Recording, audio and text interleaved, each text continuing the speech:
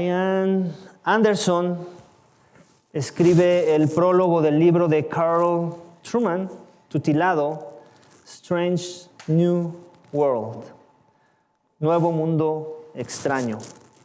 Un libro que habla de cómo es que los filósofos del pasado y activistas aún de nuestros días han influenciado con sus pensamientos en lo que ahora se nos quiere vender como la identidad de género y la revolución sexual.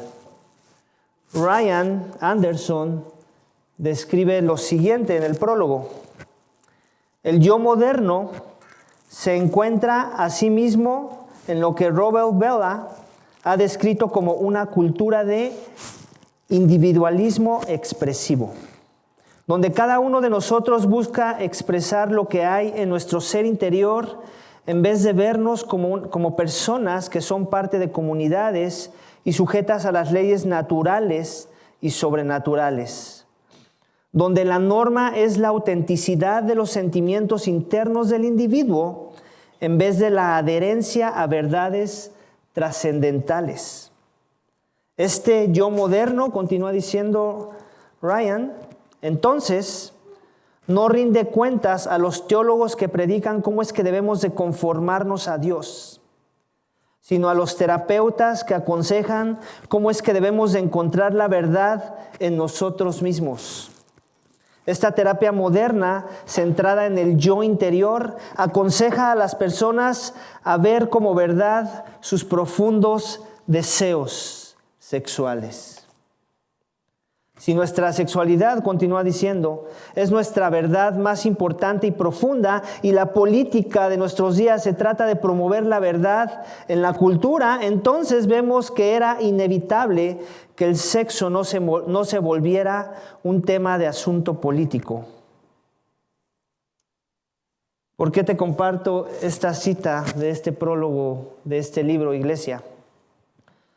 Porque es una realidad. Tristemente, cuando el corazón del hombre caído y corrupto es el que pone las reglas sobre lo que es verdad, es el que define la verdad de la moral y aún de la moralidad sexual, entonces hemos abierto una puerta a un sinfín de perversiones que la sociedad humana querrá normalizar y ver como aceptables. Pero cuando someto, iglesia, mi perspectiva de la verdad, de la moral y de la sexualidad humana a la máxima autoridad que lo creó todo, a Dios mismo, entonces no importa lo que yo sienta o lo que sienta que es la verdad, lo que sienta que es moralmente sexual o no, lo tengo que desechar cuando esto contradice lo que Dios ya definió como moral y verdadero. De forma que no es mi opinión ni la opinión de la cultura lo que debe regir mi estándar de moralidad, incluyendo el aspecto sexual de la moralidad. Nuestro texto, iglesia, esta mañana trata precisamente sobre este tema. El título de mi mensaje es el siguiente: el Dios santo que me creó y me posee define mi moralidad sexual. El Dios santo que me creó y me posee define mi moralidad sexual. Las personas, iglesia, en la cultura de nuestros días han pervertido la moralidad sexual debido a que han pervertido al autor del ser humano y de su sexualidad. Cuando pervertimos a Dios o ignoramos a Dios, vamos a terminar pervirtiendo lo que Él creó e ignorando su autoridad sobre nuestras vidas. En el caso del pueblo de Israel, si algo les quedaba claro hasta este punto en el que vamos en el capítulo 18 del libro de Levítico, es que Dios los creó. Y no solo eso, sino que Dios los salvó y los hizo su posesión. ¿Recuerdas que vienen del Éxodo? Vienen de Egipto. Y como consecuencia de ambas cosas, de que Dios los creó y de que Dios los rescató y los hizo su posesión, solo Dios tenía el derecho de definir parámetros y lineamientos sobre los cuales tenían que manejar su sexualidad para poder disfrutar de ella, para ser distintos a las demás naciones de la tierra, para ser santos, como ya hemos estado viendo esta frase, para ser santos como Él es santo. Mi mensaje, iglesia, esta mañana tiene 3 subénfasis. Cada uno de ellos habla al respecto sobre este tema tan controversial de la cultura de nuestros días en la que vivimos. Y el primero de ellos es que Dios, no la cultura, define mi moral. Dios, no la cultura, define mi moral. Vamos a leer esto en primeros 5 versículos del texto esta mañana. Acompáñame a leerlos nuevamente. Capítulo 18 de Levítico, versículo 1 al 5. El Señor también dijo a Moisés: di a los israelitas, yo soy el Señor su Dios. Ustedes no harán como hacen en la tierra en Egipto, en la cual moraron, ni harán como hacen en la tierra de Canaán, a donde yo los llevo. No andarán en los estatutos de ellos. Habrán de cumplir mis leyes y guardarán mis estatutos para vivir según ellos. Yo soy el Señor su Dios. Por tanto, guardarán mis estatutos y mis leyes, por los cuales el hombre vivirá si los cumple. Yo soy el Señor.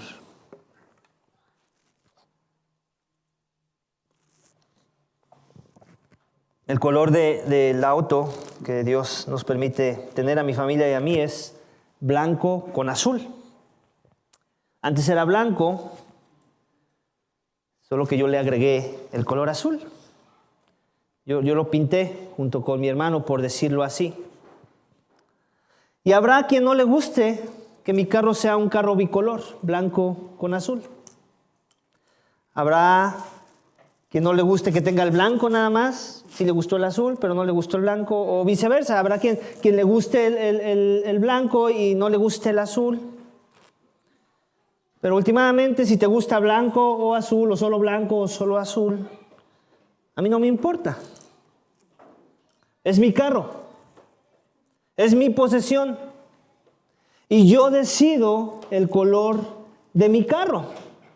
De la misma forma que tú decides el aspecto que quieres que tengan tus posesiones. Algo que hace único mi carro es que no hay otro como él. Habrá muchos de la misma marca y modelo, pero no del mismo diseño y combinación de colores. Esto lo hace único y es debido a que es mi diseño, que es único y que es diferente a todo tipo de carro. La perversión sexual, iglesia, en la época en que Dios sacó a Israel de Egipto, ya era aberrante.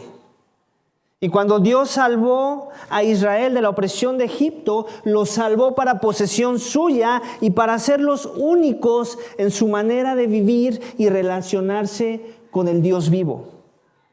De forma que su manera de vivir contrastara con la manera de vivir de las demás naciones de la tierra.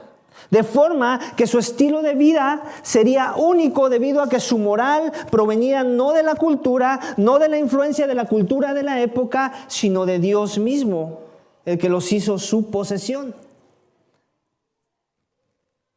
Eso es lo que vemos al inicio en los primeros 5 versículos, ese énfasis de Dios haciendo posesión sobre Israel.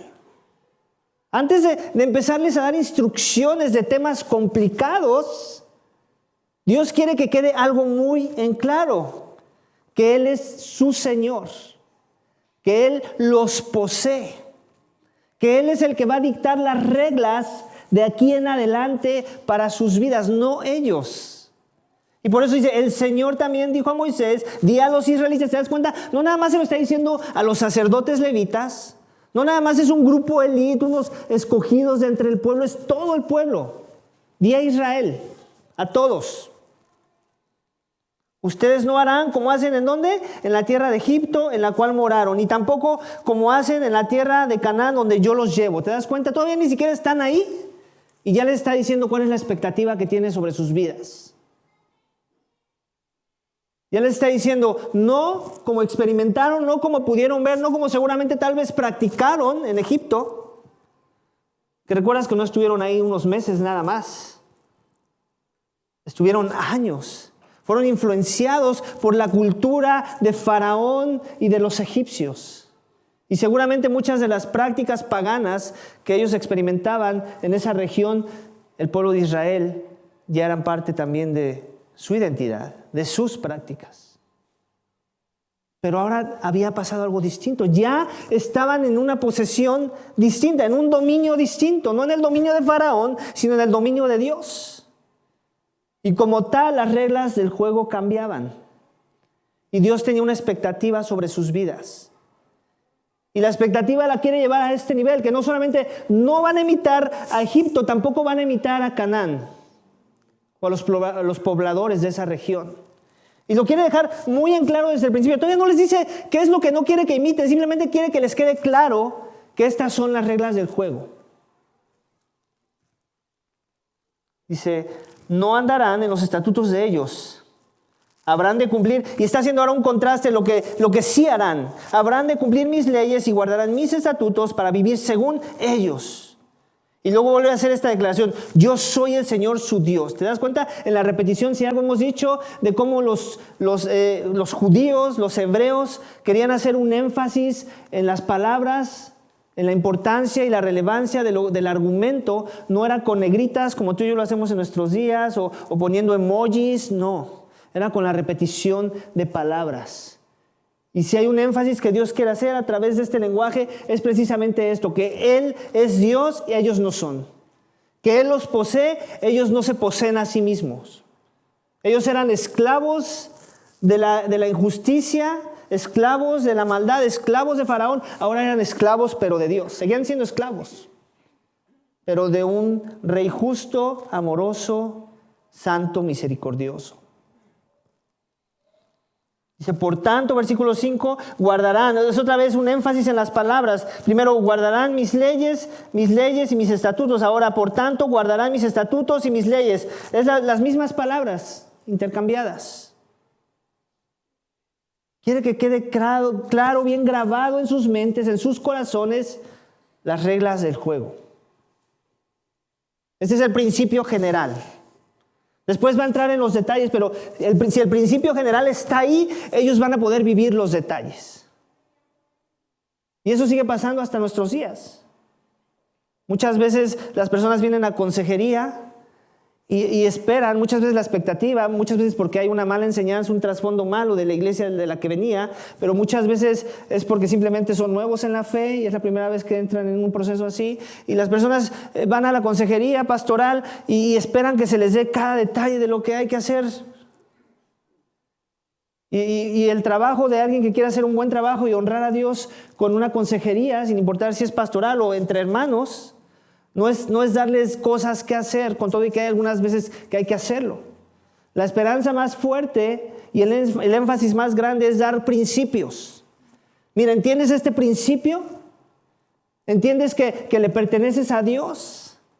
¿Entiendes el Evangelio mismo? ¿Entiendes cómo el Evangelio te está demandando estas cosas? Y tienes que vivir a la luz del Evangelio. Si lo entiendes, entonces ahora ve y vive esta verdad. Ahora pídele a Dios que te ayude a aplicarla correctamente en tu contexto de vida. Y a veces eso es suficiente. Y así con Dios. Esa es la forma en la que Dios nos instruye. Nos da el principio. Tú me perteneces, Israel. Te vas a manejar bajo mis estándares, mis leyes, no bajo la cultura, bajo tu propia opinión. Y ya después les va a dar cosas que seguir. Por las cuales el hombre vivirá si los cumple, dice. Y otra vez, yo soy el Señor, 3 veces. De la misma forma que dice 3 veces Dios en su palabra, en Isaías capítulo 6, que Él es 3 veces santo, aquí vemos que Él es 3 veces el Señor de Israel. Él es el soberano sobre sus vidas. Y como tal, ahora va a demandar una conducta, una forma de vida que le represente a Él. ¿Por qué? Porque se trata de Él. Y ellos, sus embajadores de ese rey, de ese soberano. Amén. De forma que a manera de aplicación, déjame hacerte estas preguntas en esta sección que acabamos de ver. ¿Es Dios quien define tu moral en la vida? Es una buena pregunta que hacernos a nosotros mismos. ¿De dónde saco mi moral? ¿Del Señor o de mi propia opinión? ¿Es su palabra tu máxima autoridad o tú tienes tu propia palabra, tu propia opinión? Eso que sale de tu corazón y que es tu regla de cómo vas a vivir la vida. ¿Eres tú más sabio que este libro o es este libro la máxima sabiduría delante de ti? ¿Entiendes que Él te creó y que tiene el derecho de decidir el color de tu moral, por usar la ilustración de mi carro? ¿O tú quieres tu propio color de tu propia moralidad?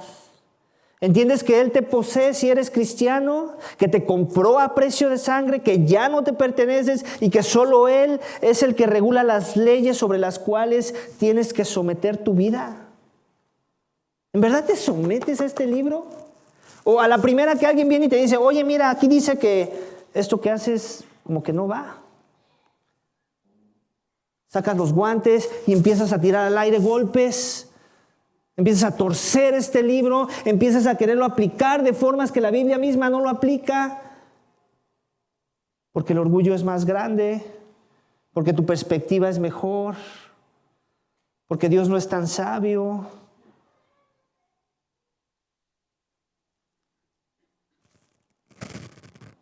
¿Quién define tu moral esta mañana? ¿El Señor, Dios, quien te creó y quien te posee?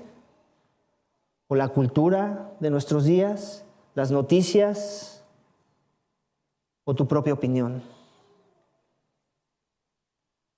Primera de Corintios 6, 19 al 20 dice esto de los cristianos. Si eres cristiano esta mañana, si dices que te has rendido al Señor Dios, Él dice esto: huyan de la fornicación. No dice que la resistas, no dice que te veas ahí muy fuerte. Dice, huye.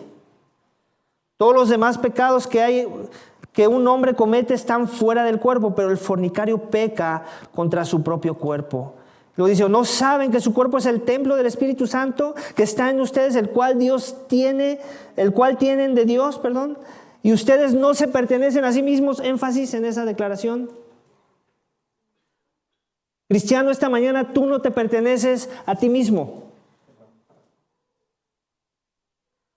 Porque han sido comprados, esta es la razón, porque han sido comprados por un precio. Por tanto, porque has sido comprado, porque no te perteneces, estás bajo el dominio de un soberano. Por tanto, dice, glorifiquen a Dios en su cuerpo y en su espíritu, los cuales, otra vez, énfasis en la palabra posesiva, los cuales son de Dios. Israel era de Dios. Israel, en el nuevo pacto, en la sangre de Cristo, es de Dios. Los cristianos de nuestros días. Tú no te perteneces. Pero muchas veces vamos por la vida, vamos ondeando la bandera de Jesús, pero todo el tiempo estamos peleando nuestra independencia. Lo que más me conviene, lo que más me parece, lo que a mí me gusta, lo que a mí me llena, lo que se trate de mí, de yo estar bien. Eso no revela que crees mucho esta palabra que acabo de leer. Dios no nos dio nuestra independencia con la promesa de que no iban a pasar cosas difíciles en nuestra vida, de que no iba a haber dolor, de que no iba a haber luchas, de que no iba a haber batallas. Él nos dio nuestra independencia a pesar de que estábamos muertos, a pesar de que éramos esclavos, a pesar de que no le buscábamos. Y nos dio a Él mismo. Eso debería ser razón suficiente para querernos someter a su señorío. Amén. La semana pasada hablamos de cómo es que Dios aborrece al soberbio. Y ese eres tú si aún no te has sometido, si no has sometido toda tu moral a la palabra misma de Dios que ya nos reveló. Eres un soberbio esta mañana. Tal vez tú piensas que no lo eres, pero Dios lo dice. Y si Dios lo dice, yo le creo más a Él que a tu postura. El segundo subénfasis o aspecto del cual nos habla el texto sobre este tema de la moral y en particular de la moral sexual, lo vamos a encontrar en la siguiente sección del texto, donde veremos que su ley, no mis deseos, me guarda de la inmoralidad. Su ley, no mis deseos, me guarda de la inmoralidad. Versículos 6 al 23. Ninguno de ustedes se acercará a una parienta cercana suya para descubrir su desnudez. Yo soy el Señor. No descubrirás la desnudez de tu padre o la desnudez de tu madre. Es tu madre. No descubrirás su desnudez. No descubrirás la desnudez de la mujer de tu padre. Es la desnudez de tu padre. La desnudez de tu hermana, sea hija de tu padre o de tu madre, nacida en casa o nacida afuera, su desnudez no descubrirás. La desnudez de la hija de tu hijo o de la hija de tu hija, su desnudez no descubrirás, porque su desnudez es la tuya. La desnudez de la hija de la mujer de tu padre, engendrada en tu padre, su desnudez no descubrirás. Tu hermana es. No descubrirás la desnudez de la hermana de tu padre, parienta de tu padre es. No descubrirás la desnudez de la hermana de tu madre, parienta de tu madre es. No descubrirás la desnudez del hermano de tu padre, no te acercarás a su mujer, tu tía es. No descubrirás la desnudez de tu nuera, es mujer de tu hijo. No descubrirás su desnudez. No descubrirás la desnudez de la mujer de tu hermano, es la desnudez de tu hermano. No descubrirás la desnudez de una mujer y la de su hija, ni tomarás la hija de su hijo, ni la hija de su hija para descubrir su desnudez. Son parientas, es aborrecible. No tomarás mujer junto con su hermana para que sea rival suya, descubriendo su desnudez mientras está viva. Y no te acercarás a una mujer para descubrir su desnudez durante su impureza menstrual. No te acostarás con la mujer de tu prójimo, contaminándote con ella. Tampoco darás hijo tuyo para ofrecerlo a Moloc, ni profanarás el nombre de tu Dios. Yo soy el Señor. No te acostarás con varón como los que se acuestan con mujer. Es abominación. No tendrás trato sexual con ningún animal, contaminándote con él. Ni mujer alguna se pondrá delante de un animal para tener trato sexual con él. Es una perversión.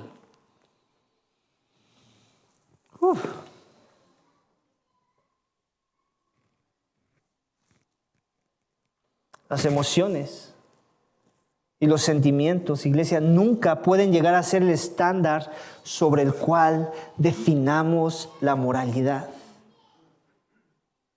Ese ha sido el problema de la decadencia en la moral por los siglos y lo seguimos viviendo hasta nuestros días. Dios no dejó a Israel la tarea de definir la moral en sus vidas. Mucho menos un tema tan importante como la moralidad sexual. Si ellos iban a hacer un contraste de cómo vivir la sexualidad de una manera sana y para la gloria de Dios, Él tenía que darles cada detalle en forma de mandamientos para que entendieran cómo no podían manejarse.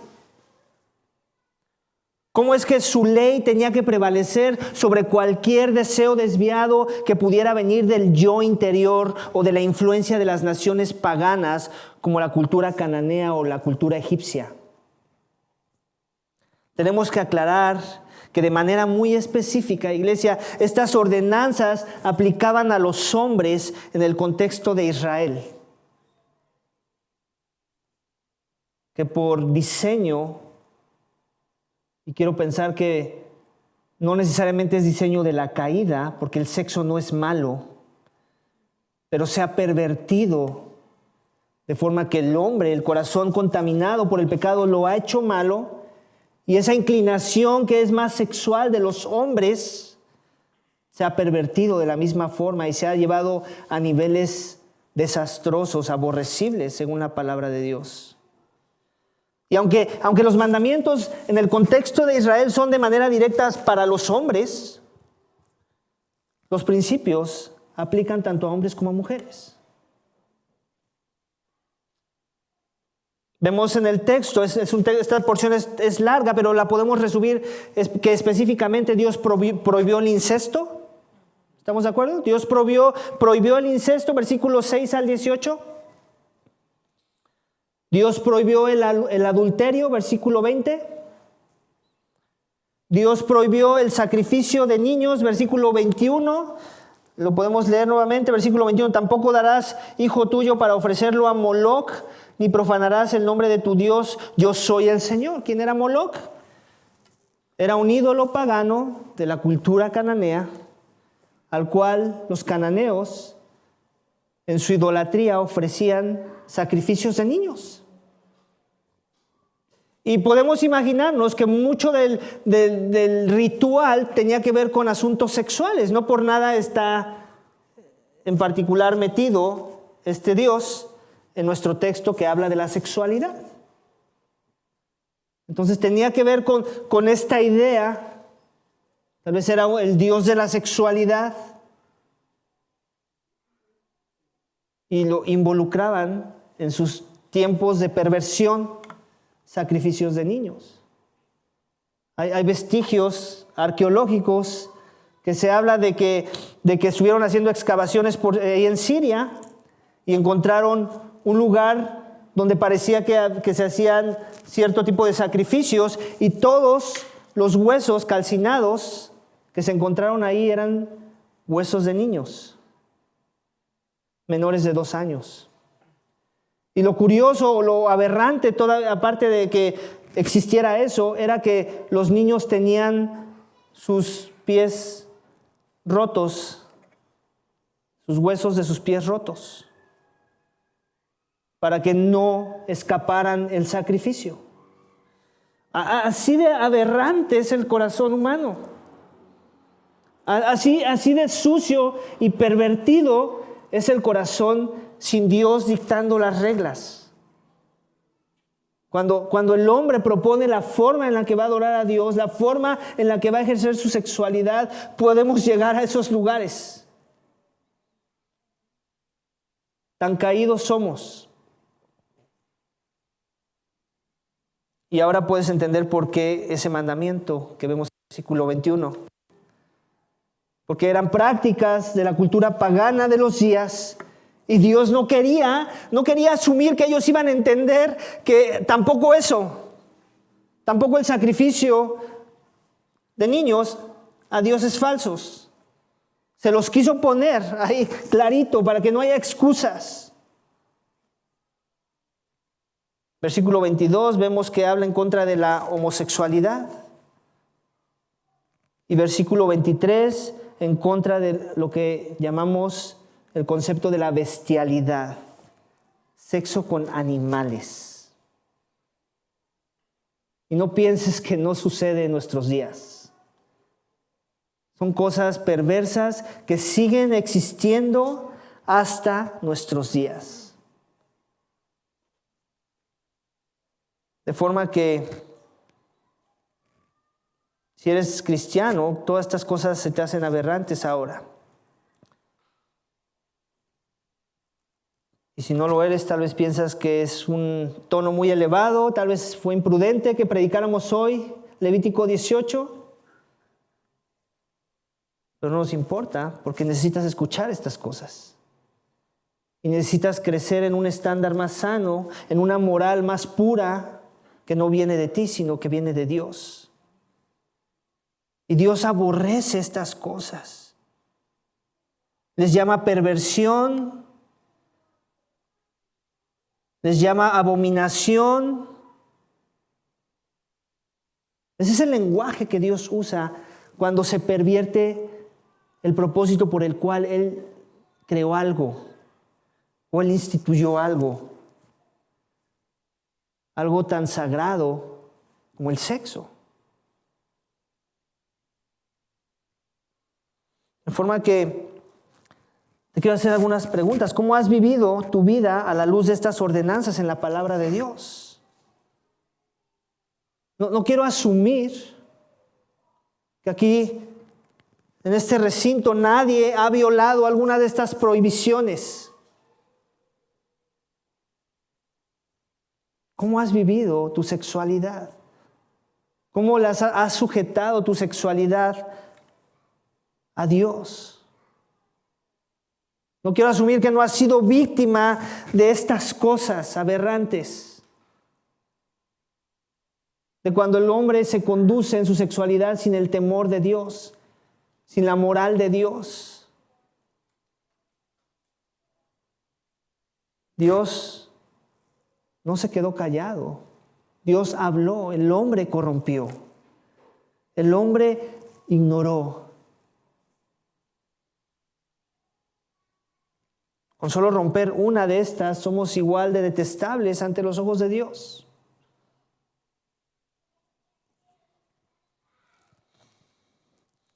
Jesús dijo, por si piensas, no caigo en ninguna. Jesús vino a poner el estándar más claro. Él vino a interpretar de alguna forma esta sección de Levítico y dijo, si has deseado a una mujer con lujuria en tu corazón, eres declarado adúltero de corazón ante los ojos de su Padre. Y lo mismo aplica para las mujeres. Si ha habido lujuria en tu corazón, deseo por un hombre que no es tu marido, eres una adúltera de corazón de igual forma. De forma que si piensas que este punto que habla el texto del adulterio no aplica para ti, muy probablemente sí aplique según la perspectiva de Jesús. Ya que el Padre de Jesús no solo juzgará las acciones, sino las intenciones del corazón. Y el principio aplica de igual forma para todos nosotros. Es bueno que sintamos el peso de no poder vivir de acuerdo con el estándar de santidad de Dios en cuanto a la pureza sexual. Mi propósito de Año Nuevo no fue que saliéramos de aquí animados sin tener que sentir el peso de lo que Dios quiere hablar en su palabra. Tampoco es el propósito de Dios para tu vida este año. Él quiere que sigamos corrigiendo nuestra moral. Y Él quiere que sigamos viviendo la santidad según los estándares establecidos en su palabra. Para entonces así poder considerar la solución que Dios nos da en vez de sentirnos más puros que otros. La santidad por medio del evangelio de su Hijo. Amén. El último subénfasis de nuestro texto esta mañana nos habla más de las consecuencias que puede traer a nuestra vida el no escuchar a Dios en su ley sobre la sexualidad. El tono es un tono negativo cuando no hay sumisión a Dios y lo opuesto ocurriría si sí la hay. El último subénfasis de nuestro texto esta mañana, iglesia, es el siguiente: sumisión, no mi desobediencia, traerá bendición a mi vida. Sumisión, no mi desobediencia, traerá bendición a mi vida. Versículo 24, no se contaminen con ninguna de estas cosas, porque por todas estas cosas se han contaminado las naciones que voy a echar de delante de ustedes, porque esta tierra se ha corrompido, por tanto he castigado su iniquidad sobre ella. Y la tierra ha vomitado a sus moradores, pero en cuanto a ustedes guardarán mis estatutos y mis leyes y no harán ninguna de estas abominaciones, ni el nativo ni el extranjero que reside entre ustedes, porque los hombres de esta tierra que fueron antes que ustedes han hecho todas estas abominaciones y la tierra se ha contaminado. No sea que la tierra los vomite por haberla contaminado, como vomitó a la nación que estuvo antes de ustedes, porque todo el que haga cualquiera de estas abominaciones, aquellas personas que las hagan, serán exterminadas entre su pueblo. Por tanto, ustedes guardarán mis ordenanzas, no practicando ninguna de las costumbres abominables que se practicaron antes de ustedes, para que no se contaminen con ellas. Y termina con esta declaración, que es con la que inicia el texto: yo soy el Señor su Dios. Dios nos creó, iglesia, como seres sexuales y creó el sexo para que lo disfrutáramos dentro de los parámetros establecidos por Él. Él no nos quiere refrenar de ningún placer sexual, por raro que eso suene, siempre y cuando querramos vivir nuestra sexualidad en sumisión a lo que Él ya estableció en su palabra. Dios no está en contra de la sexualidad, ni del placer sexual. Siempre y cuando lo usemos, lo vivamos, lo experimentemos dentro de los parámetros que Él ya propuso para que esto fuera disfrutado, experimentado. Esto será de bendición en mi vida y la vida de los que me rodean, por cierto. De la misma manera, el que vivamos en desobediencia a los estatutos de Dios traerá maldición a nuestras vidas. Es el caso opuesto si no vivo estas cosas. Va a haber consecuencias, va a haber un cierto tipo de maldición, consecuencias que Dios está dispuesto a traer a nuestra rebeldía e ignorancia de la palabra. Si estás familiarizado, iglesia, con la historia del pueblo de Israel, entonces sabes que lo que le sucedió a los cananeos como juicio por su perversión pecaminosa es el mismo destino que tuvo el pueblo de Israel. Debido a que se contaminaron con prácticas semejantes a las de los egipcios y a las de los cananeos. El reino del norte fue llevado cautivo por Asiria. El reino del sur, que era considerado como Judá, fue llevado cautivo por Babilonia. De forma que podemos decir que a ellos también los vomitó la tierra por sus perversiones sexuales, entre otros pecados que ellos tenían, como la injusticia, la idolatría, la avaricia, la embriaguez, el engaño, etc. El pueblo de Israel fue una porción, por decirlo así. ¿Alguna vez tomaste clase de química? Que te pedían tomar la porción de la muestra y el resultado que fuera a dar el experimento lo tendrías que asumir que cualquier otro cacho de la porción que hubieras tomado hubiera tenido el mismo resultado. O cualquier otro volumen de la misma sustancia hubiera tenido el mismo resultado. Ellos fueron la porción de la muestra de la raza humana que Dios tomó para demostrar que todos estamos corrompidos por el pecado. Dios sacó a Israel de Egipto, pero no sacó a Egipto del corazón de Israel y como consecuencia terminaron cometiendo cosas peores que los egipcios y que los cananeos. Dios sacó a Israel de Egipto, pero no sacó a Egipto del corazón de Israel. Para que esto cambiara en el corazón del hombre, más reglas, iglesia, no eran la solución al problema. Solo un cambio de corazón resolvería el problema. Solo el evangelio de la gracia de Dios que trae vida a los corazones de los hombres puede hacernos ese milagro. El evangelio que te declara depravado en todas tus capacidades humanas, incluyendo la sexual. Tenemos que iniciar con este evangelio que habla en contra del pecado. El evangelio que te llama al arrepentimiento debido a tu condición caída y depravada. El evangelio que te enseña que Cristo vivió la pureza moral, incluyendo la sexual, que tú y yo no pudimos vivir. El evangelio que nos dice que Cristo el justo, que vivió en tu lugar la santidad que Dios demandaba de tu persona, padeció el desprecio de su Padre en la cruz, donde fue tratado por su Padre como si estuviera, como dice el texto, el lenguaje es como si estuviera contaminado de pecado. El pecado que llevó en tu lugar, donde Dios lo trató como un exterminado de entre el pueblo, usando el lenguaje del texto, y vomitado de la tierra para morir clavado en una cruz a las afueras de la ciudad, y así padecer la ira por nuestro pecado, incluyendo el sexual, y ser sepultado y permanecer en esa tumba por 3 días.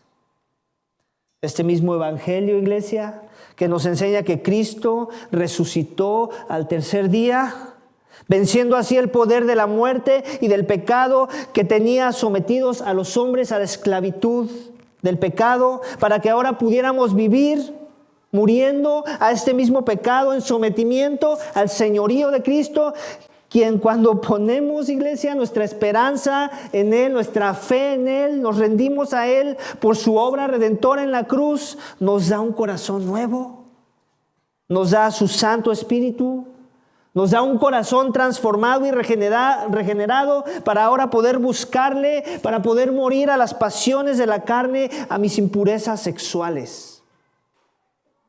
Un corazón que nos ayuda a vivir ya no para el mundo, sino para el reino de los cielos, que se inclina a la santidad y no a la carnalidad. Un corazón que nos motiva, iglesia, a poner mucha atención a las exhortaciones de la palabra. A Levítico 18 que acabamos de leer, a Levítico del 1 al final del libro y a cada capítulo de la Biblia. A versículos y secciones como 1 Corintios 6, 9 al 11 que te voy a leer y que dicen esto: ¿o no saben que los injustos no heredarán el reino de Dios? No se dejen engañar, dice el texto, ni los inmorales, ni los idólatras, ni los adúlteros, ni los afeminados, ni los homosexuales, ni los ladrones, ni los avaros, ni los borrachos, ni los difamadores, ni los estafadores heredarán el reino de Dios. Esta es una declaración y es verdad. La tenemos que creer. Y esto dice el texto. Esta es la parte que te toca si eres cristiano esta mañana. Es aquí donde viene el consuelo y donde agarramos fuerzas.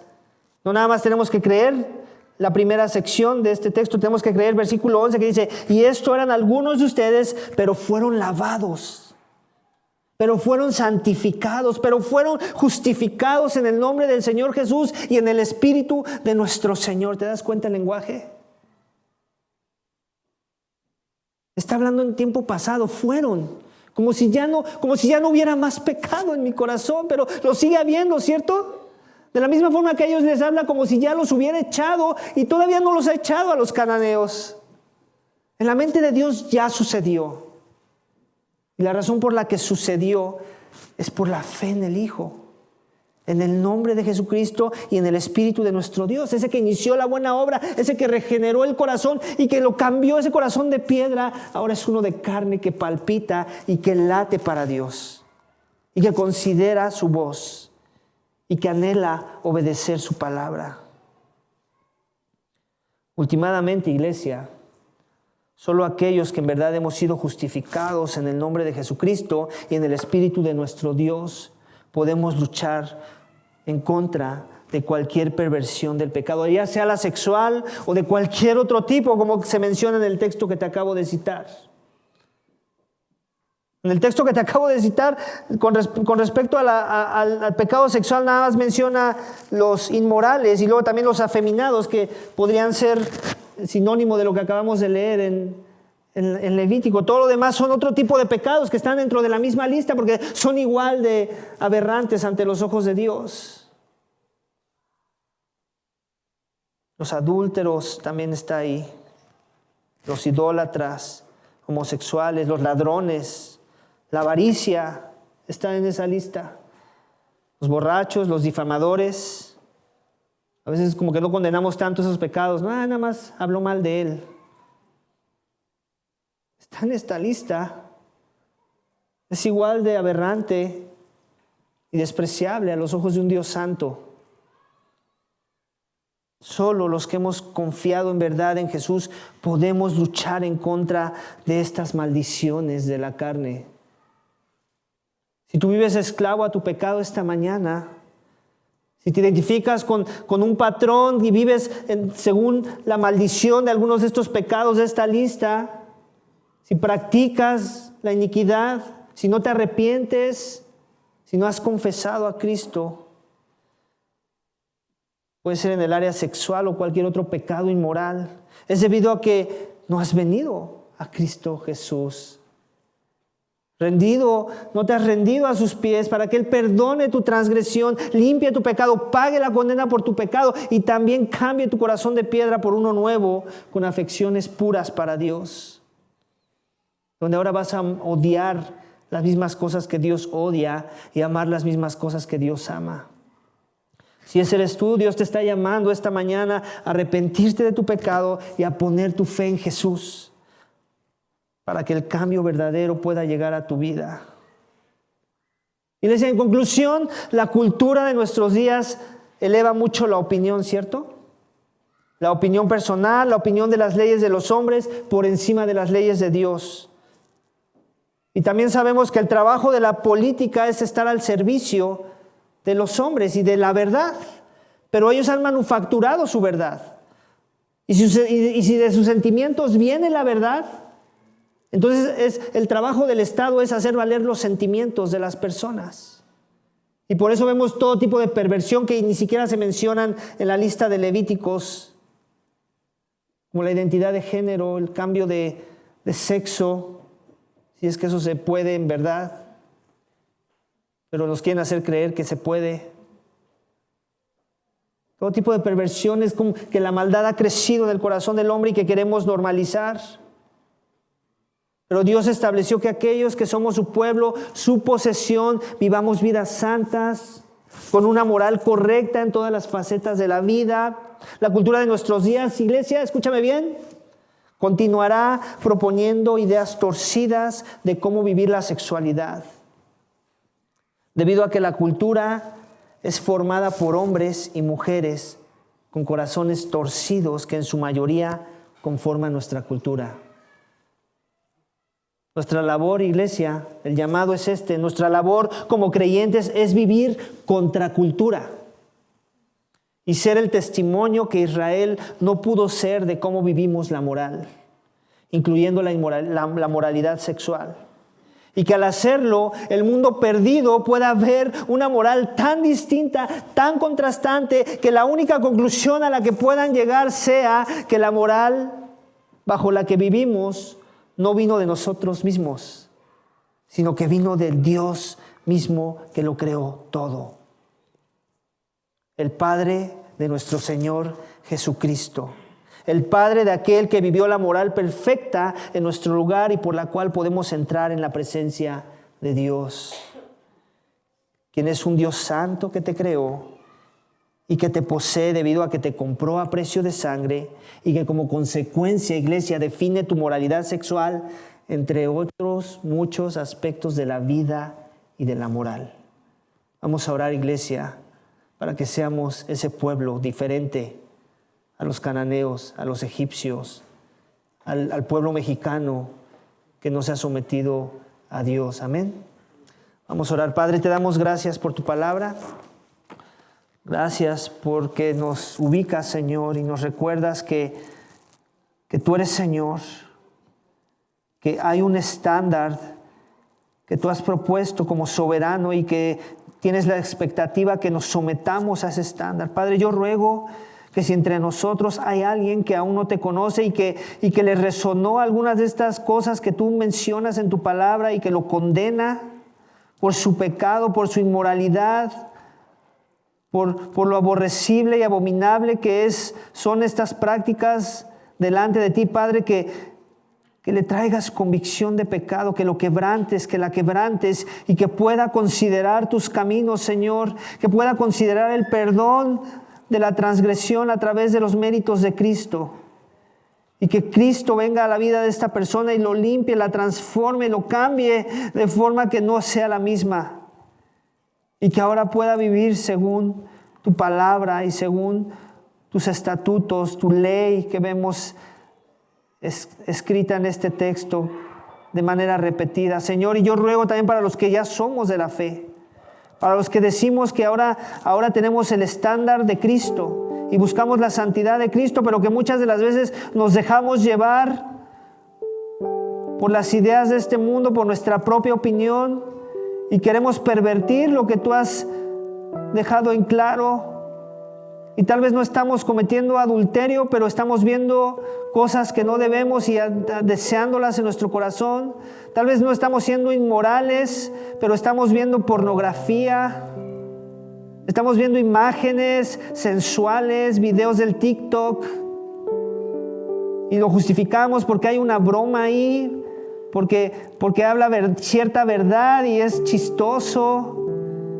y subestimamos el poder que tienen esas cosas para adoctrinarnos, para desensibilizarnos del pecado, Señor. Yo ruego para que, Señor, tú nos des convicciones altas de lo que tú enseñas en tu palabra y queramos vivir esos principios, como dice al inicio, como mencioné al inicio, esos principios que tú nos das en tu palabra y los queramos aplicar a nuestras vidas de forma, Señor, que huyamos del pecado, porque ahí tú dices que huyamos, Señor, no que estemos tratando de vernos fuertes ante el Facebook o ante las redes sociales o ante las amistades que hablan mundanidad y que la celebran y que la consideran la norma del lenguaje de nuestros días. Señor, yo ruego para que cualquiera de los que está aquí presentes, que dice ser tu hijo y que se reúne con personas que hablan falsedad y que se burlan de lo que tú odias, que lo celebran, Señor, yo ruego que tú les ayudes, que el poder de tu Santo Espíritu los convenza de pecado y que les deje ver que ellos son llamados a ser distintos, apartados, un pueblo santo. Que si en verdad han creído, que se vea que viven la santidad, que no nada más Cristo es nuestro pase al cielo, eso es pagano si solamente queremos eso de Cristo, que Cristo es nuestro Señor y quiere tener dominio sobre toda nuestra vida, incluyendo la sexualidad. Yo ruego para que nos saquemos un ojo, nos cortemos una mano y que así se vea de radical la forma en la que queremos vivir nuestra sexualidad, nuestra pureza. Y que podamos ser un ejemplo para los demás, que podamos orar por aquellos que no ven la santidad como tú la ves y por nosotros mismos, para que la veamos como tú la ves. Yo ruego por cada hermano, miembro de la Iglesia Vida Vertical, y aun que no sea miembro, asistentes regulares que están poniendo atención a tu palabra, que vean que hay un llamado y que tú no estás jugando, que tú has puesto reglas con expectativas de quererlas cumplir. Y que aunque Cristo ya vivió la santidad que no pudimos vivir, no significa que ahora podemos tener libertinaje y ser liberales y poder cerrarle el ojo al pecado y coquetear con el pecado, solaparlo en nuestras vidas o en las vidas de los demás. Perdónanos, Señor, cuando lo hemos hecho. Ayúdanos a buscar tu santidad este inicio de año, Señor, como nunca la hemos buscado. Aún en nuestros propios matrimonios, Señor, si hay alguna perversidad en la forma en la que tenemos relaciones sexuales, Señor, tú límpiala. Y déjanos ver que en verdad estás sobrando. Perdónanos, Señor, si aún seguimos jugando con el pecado en estas áreas. Y transforma nuestros corazones, te lo pedimos. En el poder de tu Espíritu, para gloria tuya y por tu palabra. Te lo pedimos y te damos gracias en el nombre de tu Hijo amado, Cristo Jesús. Amén.